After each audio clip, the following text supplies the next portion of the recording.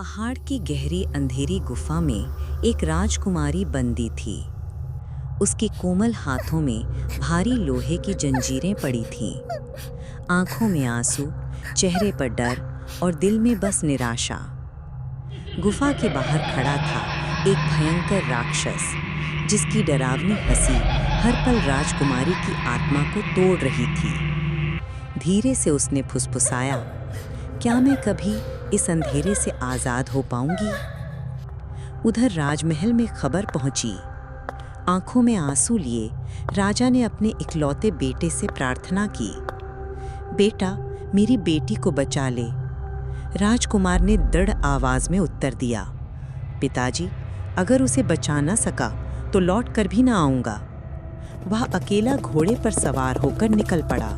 घने जंगल, बर्फ से ढके पहाड़ और तूफान सब उसकी राह रोकना चाहते थे, लेकिन हर कदम पर राजकुमारी का चेहरा उसकी आंखों में चमक उठता और वही उसे आगे बढ़ाता। आखिरकार गुफा के सामने वह राक्षस से आमने सामने हुआ। युद्ध शुरू हुआ। तलवार और नखरों की टक्कर से पहाड़ कांप उठा। रक्त से भीगता गया राजकुमार का शरीर, लेकिन उसकी आंखों में जल रही थी बस एक लौ, राजकुमारी को बचाने के लौ।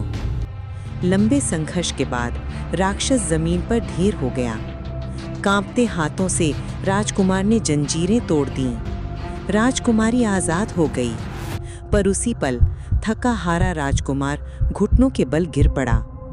राजकुमारी उसे बाहों में भरकर रो पड़ी, तुम ना आते तो मैं शायद बच नहीं पाती, लेकिन तुम्हें खोना भी नहीं चाहती। भोर की पहली किरण गुफा में फैल गई। कमजोर मुस्कान के साथ राजकुमार ने फुसफुसाया, प्रेम हर शक्ति से बड़ा है। और फिर उसने धीरे धीरे अपनी आंखें बंद कर लीं। राजकुमारी उसके निर्जीव शरीर को सीने से लगाए रही। आंसुओं से उसका चेहरा भीगता रहा। दूर क्षितिज पर सूरज उगा।